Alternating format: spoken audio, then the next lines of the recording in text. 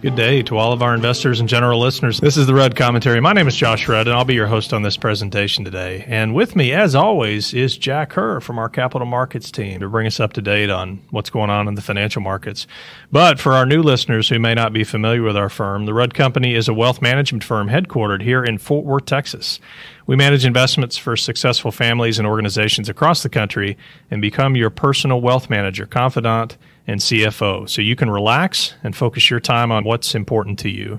Jack, tell us a little bit about what's going on in the financial markets for the month of February. Yeah, Josh, bit of a rocky start this year in the markets so far. One of the things we've been really focused on in the trading room is interest rates and trying to determine where those are going. So in late 2021, the Federal Reserve, they kept sticking to their narrative, saying inflation was transitory, only predicting about 3 rate hikes in 2022. But we've seen quite a change, haven't we, Josh? We did, and we also got the rumor of a surprise rate hike, maybe a 50 basis point rate hike between the Fed meetings. I'm not sure that'll materialize, but it was passed around. Yeah, in addition to that 50 basis point increase, we may see up to 7 rate hikes. So the market has reacted to that. A lot of those high valuation names have come down. And as interest rates have been increasing, a lot of those built-in inflation hedges and more defensive positions that we've taken and that we were talking about at the end of last year, they've really started to perform well compared to the overall market. Josh, the second thing that's really impacting stock prices has been earnings this quarter, and that's companies reporting for both the whole year of 2021 and then the fourth quarter, which of course was the holiday season. And what we're seeing is revenue growth for a lot of sectors is really slowing down, and the market is punishing these companies that were once growing 20, 30, 40, 50% during COVID, now can barely grow over 10%. So some business models may need to be adjusted, but we're seeing revenue growth in certain sectors really decrease.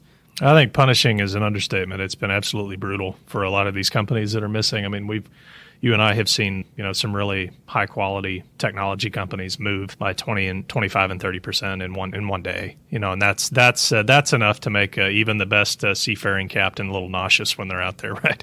I mean, it's absolutely unbelievable the movement we're seeing, and really, I'm interested to get your take on also. We'll have earnings come out, and companies seem to do relatively well on top line revenue, and they're still getting pummeled. So what are your thoughts around that? Well, Josh, the reality is that a lot of these companies that grew, like I said, 20, 30, 40% during COVID because their business models adjusted, they're just not able to do that anymore. And while they still may grow at a high rate, maybe it's 10 to 15%. So what you're saying, this is really about continuing those growth rates from the COVID or the recovery area. Yeah, and I think expectations were so high during COVID that some of these companies can keep growing like this, but the reality of the situation is things are changing. People aren't online as much. Trends are changing. So, Jack, are you seeing just a sunset on the overall, we've heard it, the COVID trade? Do you think that's sunsetting and that's going away? I don't think it's completely over. A lot of these companies have been able to adjust their business models and are still doing very well, still able to grow revenue. But at some point, these sky-high valuations, which are assuming companies are supposed to grow 50% revenue every year, they just had to come down. And I think still plenty of good companies out there, but maybe their stock prices have just adjusted and are more realistic at this point. It kind of reminds me of going too fast on the highway. The faster you go, even a little small rock can cause a big problem when you're going at such a high speed. So we got these high valuations, and what I'm hearing from you is that if we're not continuing either adding subscribers or the accelerating growth or penetrating the markets at the high rates that we saw during COVID, either with a new technology or us coming out of lockdown, that it's having a profound impact on these valuations.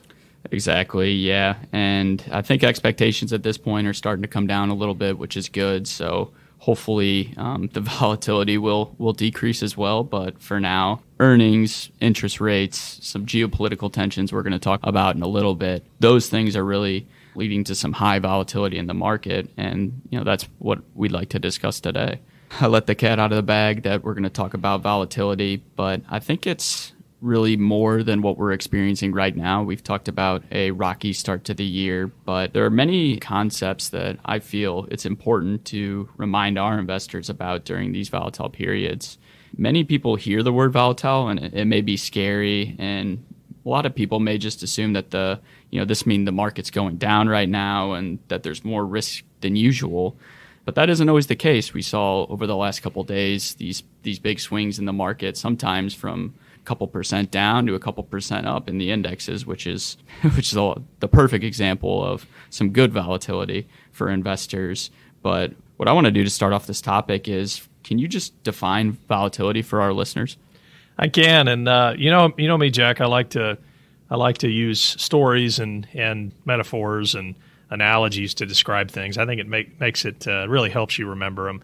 I'll say first about volatility that volatility is temporary. That's the way I think about it. Risk usually has, or what we're scared of with risk is a more permanent outcome. And let me give you an example. If you watch college football long enough, you will get a gut-wrenching feeling in your stomach as your home team goes from win to loss to ahead to behind to, there's so many turnovers and touchdowns, and I'm watching these high-scoring games. But it doesn't last that long, and it's over, and you get over it pretty quick, right? And there's a game in next week. That's a great example of volatility. We have a lot of movement up and down, and at the end of the day, it's not permanent. It's of a temporary nature. It's very emotional. And the only people really interested in that volatility are the bookies making the bets during the game, or figuring out the spreads of those things. So volatility in our business, Jack, as I'm sure you'd agree in your position, is really what traders are interested in. It gives us the opportunity to jump in, but it's short-term in nature and it's normally isn't permanent. And when you talk to a statistician, we can really get off in the weeds here. When you talk to statisticians, they're going to talk about things like standard deviation and other statistical measures to measure that. But we're really talking about movement over a short period of time. When you talk about risk, Jack, you're talking about something a little more permanent. When most investors that we work with think about risk, they're thinking about the loss of capital. And I will tell you the same example I give to my students when I teach is that there are good risks and there are bad risks. A good risk is my 18-year-old son asking his date out to prom. I mean, the worst thing that can happen is she can say no, right? A bad risk is trying to beat barricades coming down when a train is going by. The reason that's bad, Jack, is you may save 5 minutes, but if you don't time that right, the result, payoff doesn't seem worth it. The payoff, you're exactly right, doesn't seem worth it. But both of those things are very permanent when you talk about risk. If my son does ask that young lady to prom, he's either not going to go out with her, or this could be the woman he's going to marry. Same thing when you're trying to beat the train to work. I mean, you could permanently get that 5 more minutes at work because you arrived early, or you could be permanently injured. So that's the way I like to think about those two concepts. But it's an interesting question. Yeah, and I like how you put that with volatility, how it presents some opportunity. As traders, we are always looking for that type of volatility that may give us some opportunity to capitalize on, some good companies that may just have missed earnings like we were talking about earlier, or maybe the market saw things one way and we can step in and take advantage of that opportunity at a better price. It is, but as you imply, the opportunity is short-term in nature when you're working with volatility. I would never discourage someone from investing on a day like today if they have a very sound plan and good long-term goals and objectives. Agreed. I want to talk a little bit about volatility in different asset classes. I know I've heard you in the past discuss with some clients, maybe more aggressive investors, that they can expect more volatility being allocated to stocks, for example, versus bonds. So can you talk a little bit first about maybe the month-to-month or year-to-year volatility in stocks, and then we can go into bonds after that? Yeah, so very interesting. I don't want to get too technical, but when you're looking at stocks versus other asset classes, stocks are pretty volatile from year to year. And when you go back, if you look at, for example, the S&P 500 index, which is, just the largest 500 companies here by market cap in the U.S., I can measure volatility through a statistical variable called standard deviation. And most individuals may or may not remember that when they took statistics class, but all that basically means is, basically the higher the number. If I tell you that the S&P standard deviation year to year is about 15%, which it is, it's pretty close to that. That means that you should expect a plus or minus move of 15% off of whatever the average is for that index. And in the case of, and I don't have the exact number in front of me, but in the case of the stock market or the S&P 500, which people generally use as a good benchmark. You're looking somewhere around 10 to 11% long term, I think, since the 1950s. So if you add 15% onto that, you get a year like last year. Right. And if you take away 15% of that, your returns are clearly negative. I think a more practical way to think about it for our listeners who might be, their head might be swimming thinking about some of those statistical terms. The way that I like to think about it is if you have 5 years, a 5-year period, which is, the 5 to 8 year length of a general business cycle, you're typically going to get, 2 really good years. You're typically on average going to get 2 mediocre years where you're not that excited about them, and you're going to get 1 really bad year. And when you average all those together over the last 60, 65 years, you've seen that 10.5 to 11% rate of return. And on average, it's moved plus or minus 15%. But as most of us know, human beings, we aren't on average anything, or we don't do anything on average. Right. We typically operate in extremes. So while those numbers are important, as we talked about in your earlier question, I wouldn't get too caught up over short-term volatility. Investing's a long-term game. Yeah, and I think even within those, even if you look at a 3-year time period, many investors may think that's a longer time period, but in the grand scheme of things, yeah, you're right. During retirement, that may be actually a very short time period to be looking at returns or that type of data, because like you said, may have 2 bad years within those 3, and then the averages get far away from the mean. So when you and I talked about that, investors, I really empathize those that they get caught up in short-term moves, but I always try to remind them, if you're going to measure the distance from, your work to your home, you want to do that in miles. You don't want to do it with a 12-inch ruler. You need to understand the scale that we're dealing with. And when you're investing, it's really difficult to plan or have any objective goals in the equity markets if you aren't committed to investing at least 10 years. And I think when you remember that, you just do yourself a service, just keeping that in mind. So what about bonds? I know we talk about those fairly often on our podcast, but how does the volatility of bonds compared to stocks, and maybe what type of investor are bonds more appropriate for? Yes, and for those of you more interested in some of the details, you might want to check out one of our prior podcasts on bonds. We go into a lot more detail there, but one wonderful thing about bonds is, they dampen volatility and they provide income. I'm not as interested in the long-term growth rate of bonds. If you look at the Treasury market, for example, you're going to see numbers on the long-term Treasury bond, Jack, of in the 5 to 6%, which anybody under the age of about 40 doesn't even recognize that as a return in the bond market, or at least a coupon in the bond market, Jack, because interest rates have been so low, right?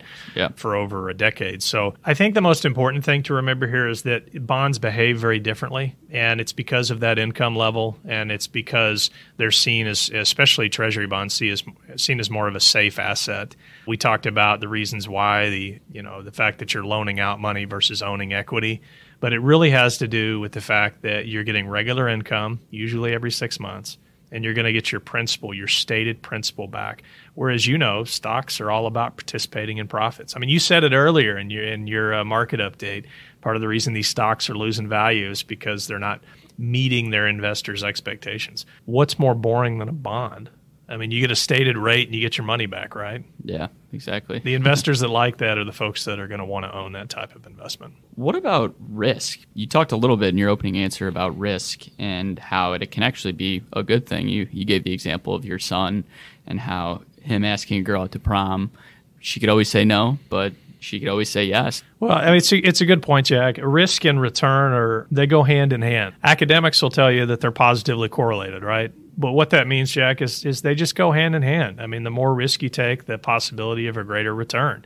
Usually the things that are harder to do and have more risk are fun, right? Yeah. So, funny how that works. It's very interesting. Based on that definition, it sounds like we don't really want to eliminate risk from a portfolio, but rather we want to control it in some way. Is that correct?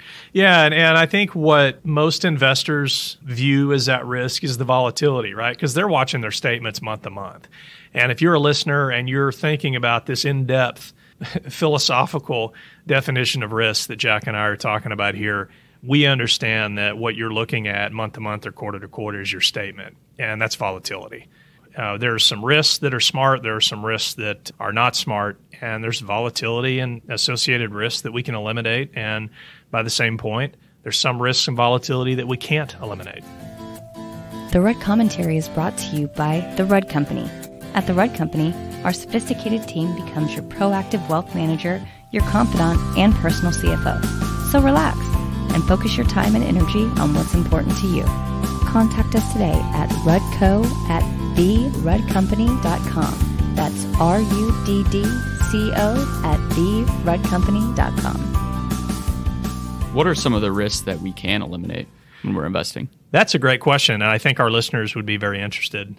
When you look at the types of risks that can be eliminated, we're talking about concentration or company-specific risks. Like, for example, Jack, if you put all your money in a really cool electronic vehicle company that's taking over the world and that its founder wants to go to Mars, and you put 100% of your investments in that company, you're going to have a lot of risk depending on what that company does, the decisions that their CEO makes.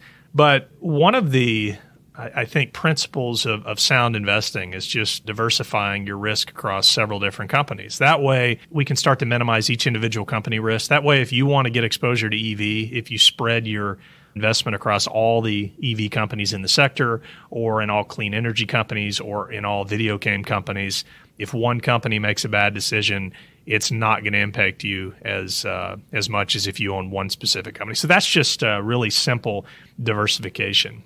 The main point here, Jack, that I'd like investors to walk away with is the reason wealth management firms and advisors talk a lot about diversification is to eliminate that individual company risk, which causes a lot of volatility, and it causes a lot of movement day to day. You were talking about earnings earlier, and we saw, the big 4 or 5 technology companies come out this quarter. I think 2 or 3 of them did extremely well, Jack, but we had 1 or 2 that just bombed, didn't they? Yeah, and while you were kind of bringing up diversification, I thought some of the sectors we've seen varying degrees of performance in sectors this year so far. For example, we've seen energy gone way up. The oil prices, as many are probably aware, have gone up, and those company stock prices have responded very well. But then we talk about those kind of high-flying tech names, they haven't done as well. So I think that's another point. Even just diversifying at the sector level rather than a couple companies can be very useful, especially in an environment like this. Well, Jack, you're exactly right. And I'm glad you brought that up for our investors because many of them listening right now that are either have money invested or are clients of ours may be wondering, why do we spread our exposure across, sometimes 30, 35, 40 different companies? And you just highlighted the reason for that. We want to make sure that we're investing in growth areas, but we don't want to be too concentrated in one particular sector or a company. And that has to do with limiting that statement-to-statement volatility for the investors that we service, because it's not so much the risk, the long-term risk. It has to do with keeping our investors engaged, keeping that money in the market, keeping those assets productive. As you and I have talked about on prior programs, some of the biggest risks to investors is just staying out of the market and not being invested when you have these large advances forward in the market, whether it's driven by one company or a small group of companies, or as you brought up, a sector like energy, that we've seen over the last couple of months.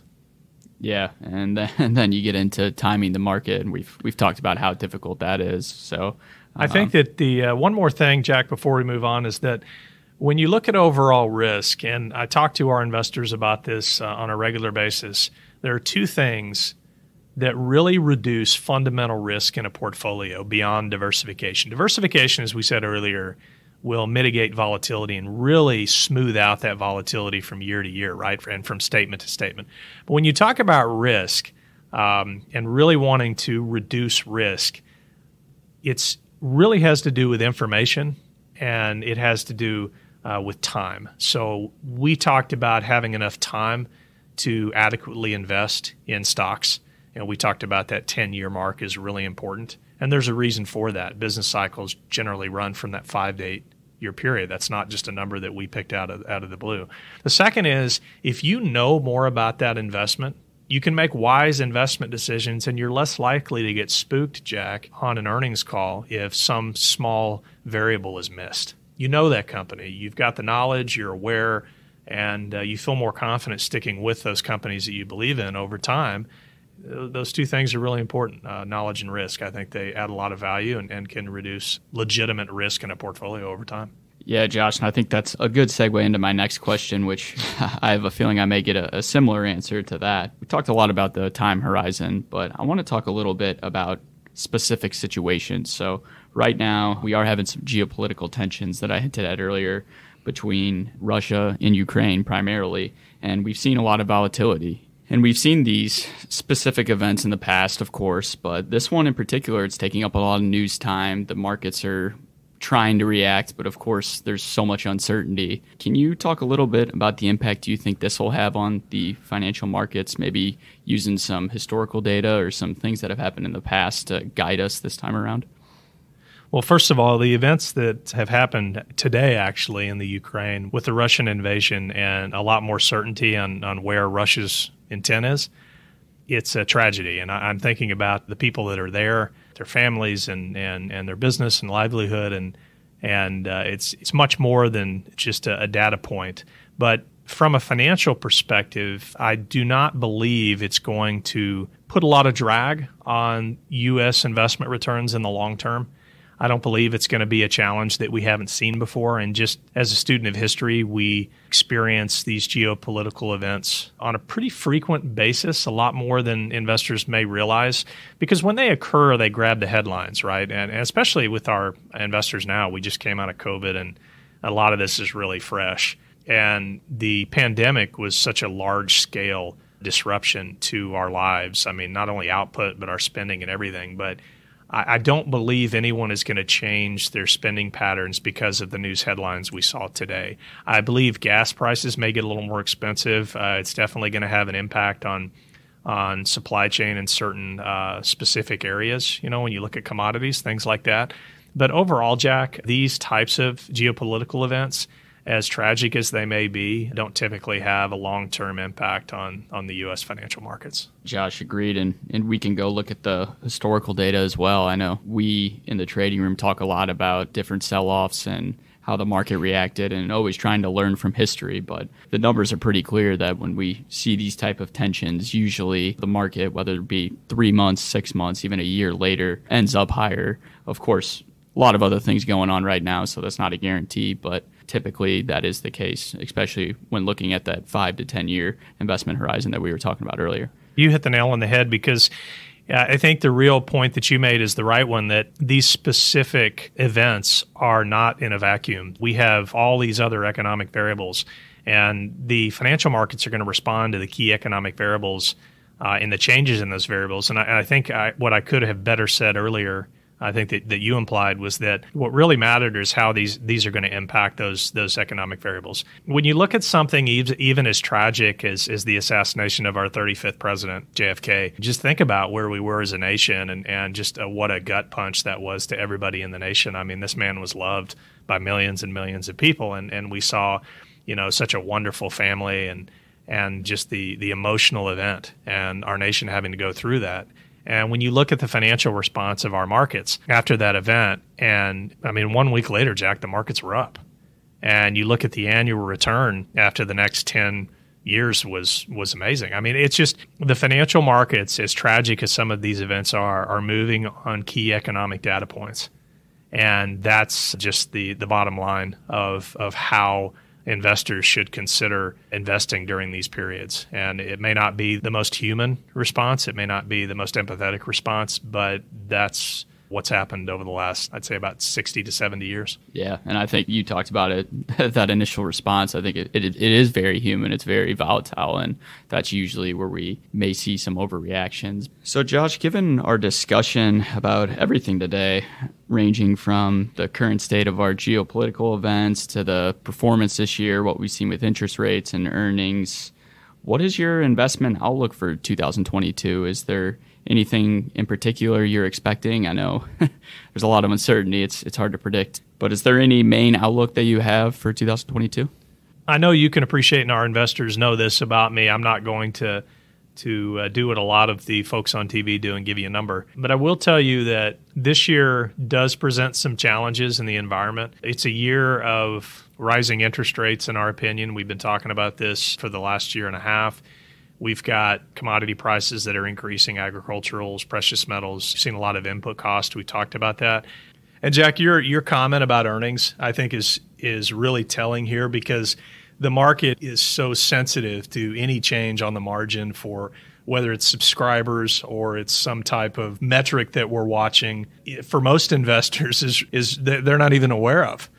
So we've got this tremendous headwind. And I keep thinking about, I'm in an airplane and I've got this headwind and I've got these rising rates, and we're coming out of the pandemic and we don't have these growth rates anymore. And we're in an environment now where we've got increasing regulation. We've got a lot of uncertainty. And now we've thrown in these geopolitical events. And you know how we talked about earlier, risk and volatility, it's increasing the volatility of the market. And so trying to predict where we're going to end the year is extremely difficult. But I think there's always opportunity. Volatility presents opportunity. And so I think it's a great year for those that, like us, that stay on their toes, that are in the game constantly. And we know the types of investments we're interested in investing in, and we can take advantage of those opportunities. So it's an exciting year, but I do think it's going to be a volatile one. Yeah, agreed. And let's end it on a positive note here. I know we talked a little bit about the good performance for some commodities, energy, but what do you think some of the biggest opportunities are right now in the market, even though we have seen such volatility?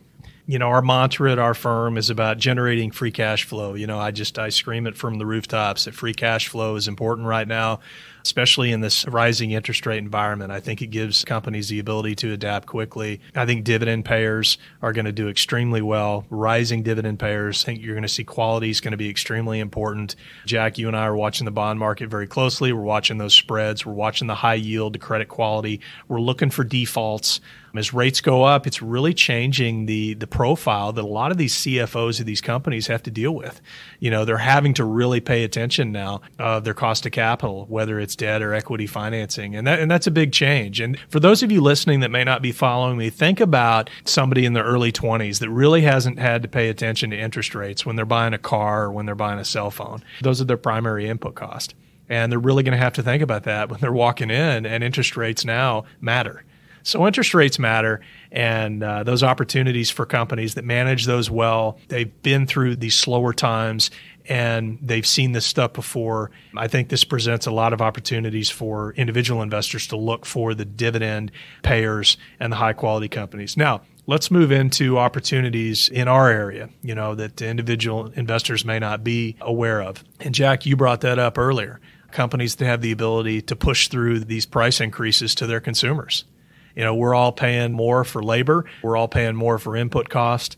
And Jack, I don't know about you, but I get concerned for companies that are selling very expensive products or services, or products or services that aren't used as frequently as some other companies. I'm loving the companies that have products and services that we use every day. They're lower cost. They're needed. For example, I said earlier that, nobody stopped brushing their teeth today because Russia invaded the Ukraine. I mean, that's not something you're going to stop doing. I know my wife would get mad at me if I didn't brush my teeth, so I'm still going to be buying toothpaste. And so the companies that make that toothpaste are going to continue to do well. And I think if you look at companies that can pass along those price increases for those daily use companies, Jack, I don't want to give away the companies we're looking at, but you bring them up on a regular basis. These are the companies that we want to add to that have that pricing power. So I think that's really important. I do want to give our investors something else that we're looking at. And again, I'm not going to be too specific. We've been looking at healthcare the last couple of years, with the pandemic, obviously, and companies' ability to meet that need, either through increased productivity, like we saw with getting out the vaccine and Operation Warp Speed, that really got that to us a lot faster than we had anticipated. But we're also looking for innovative companies, right? And I love the virtual experience space. Not just in going out and playing and doing cool stuff and pretending you're somewhere that you're not. But I did want to mention that my daughter went on a field trip. She went on a place that she could never go. think it was Chichen Itza. Does that sound right, Jack? Sounds right to me, yeah. Okay. But she was able to go and she was able to experience that. And we're talking about some child in 6th grade. And I think back to when I was in college and email and the internet was brand new. And I'm getting the same type of feeling with a lot of the virtual technologies that are out there. And it's really exciting to me. And I think there's applications in education, healthcare, a lot of other cool places that investors may not be thinking of. So it may take us a while to see that rate of return, but I'm really excited about what America is able to do with innovative technologies like this. So, Jack, that's as much as I'm going to give you there. Yeah, virtual technologies, pretty cool stuff, but also I think you hit it spot on with the high-quality companies, the market leaders, companies that can pass on their costs to consumers and grow revenue. Those are the type of companies that the markets are rewarding right now. So well said there. It was a great discussion. Got to talk about volatility and some of the differences between that and risk. And I think we made a lot of progress for some of our listeners today.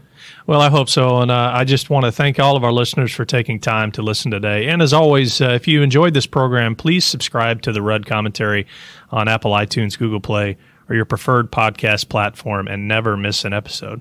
Also, if you know other investors that would enjoy this program, please share the Rudd Commentary podcast through email or on social media. We also like feedback on our program ideas for future topics. So like Jack said, on risk and volatility today, if you have the time, we'd enjoy hearing your suggestions. All of us here at the Rudd Company would like to thank you, our investors and our clients, for your trust. Thank you for allowing us to be your partner in your long-term financial journey. We take this role very seriously. Thank you very much for listening today. This is the Rudd Commentary. I'm your host, Josh Rudd, and from all of us here at the Rudd Company, invest long and prosper. This commentary is distributed for informational purposes only and is not intended to constitute legal, tax, accounting, or investment advice.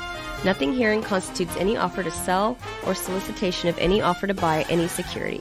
All investment strategies and investments involve risk of loss, including the possible loss of principal invested, and nothing herein should be construed as a guarantee of any specific outcome or profit.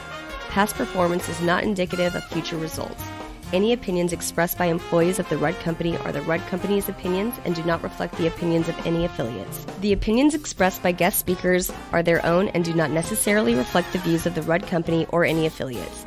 Guest appearances on this program does not imply the Rudd Company's endorsement of any entity, person, product, service, or investment. All opinions are current and only as of the date of recording and are subject to change without notice.